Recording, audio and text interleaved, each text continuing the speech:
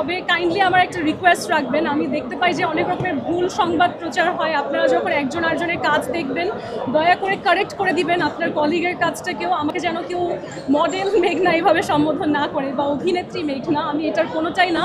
আমি যে রাজনৈতিক প্রশিক্ষক এটা আমার নামের আগে লিখবেন কাইন্ডলি। এবং আমাকে অনেক সময় মিস আর্ট বাংলাদেশ বলা হয়। মিস আর্ট বাংলাদেশ আমি 2020 সালে ছিলাম। এবং we believe once a queen always a queen, যে একবার আপনি যদি আসলে বাংলাদেশের টাইটেলটা ধারণ করেন সারা জীবনই বাংলাদেশের নাম বহন করেন।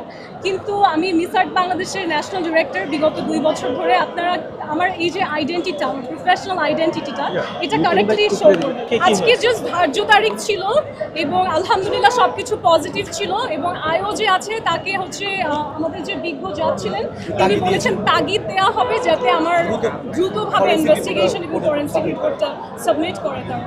মোনালিসা হেভি ফ্লো 15 পিস প্যাকেটের সাথে 8 পিসের একটি প্যাকেট একদম ফ্রি। আমার লয়াররা বললেন ঠিক ছিল। আজকে উনি যেহেতু জামিনে ছিলেন, আজকে হাজিরা দিয়েছি। পাশাপাশি ওনার যে মোবাইল এবং ব্যাগ বুকটা আমরা বিজ্ঞ আদালত থেকে ফেরত চেয়েছিলাম, সে মর্মে বিজ্ঞ আদালত গত 2 ডেট আগে অর্ডার দিয়েছিলেন তদন্ত কর্মকর্তাকে রিপোর্ট দেওয়ার জন্য। বাট তদন্ত কর্মকর্তা ফরেন্সিক সম্পূর্ণ না হয় রিপোর্ট দিতে পারে নাই।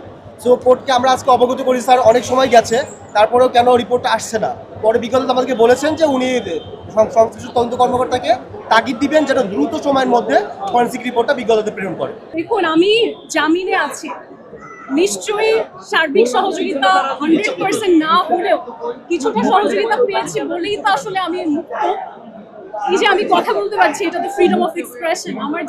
আমার এই অধিকারটা যে আসলে সংরক্ষণ করা হচ্ছে, তার জন্য আমি আমার দেশের প্রশাসনকে সবাইকে ধন্যবাদ জানাই।